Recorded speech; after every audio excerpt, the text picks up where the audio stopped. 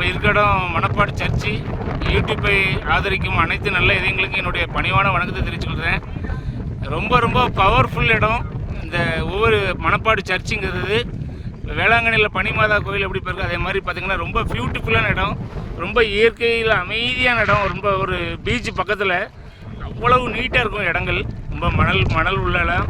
அந்த மணப்பாடு சர்ச்சு சுற்றி பிளேஸை பார்த்திங்கன்னா அவ்வளோ அழகாக இருக்கும், பியூட்டிஃபுல்லான இடம். இப்போ தான் சிங்கம் 2 சீன் கிளைமேக்ஸு இதெல்லாம் உள்ள சீன், அந்த செயின் தொலைஞ்சு போச்சு அந்த சீன்லாம் அங்கே தான் எடுத்திருப்பாங்க.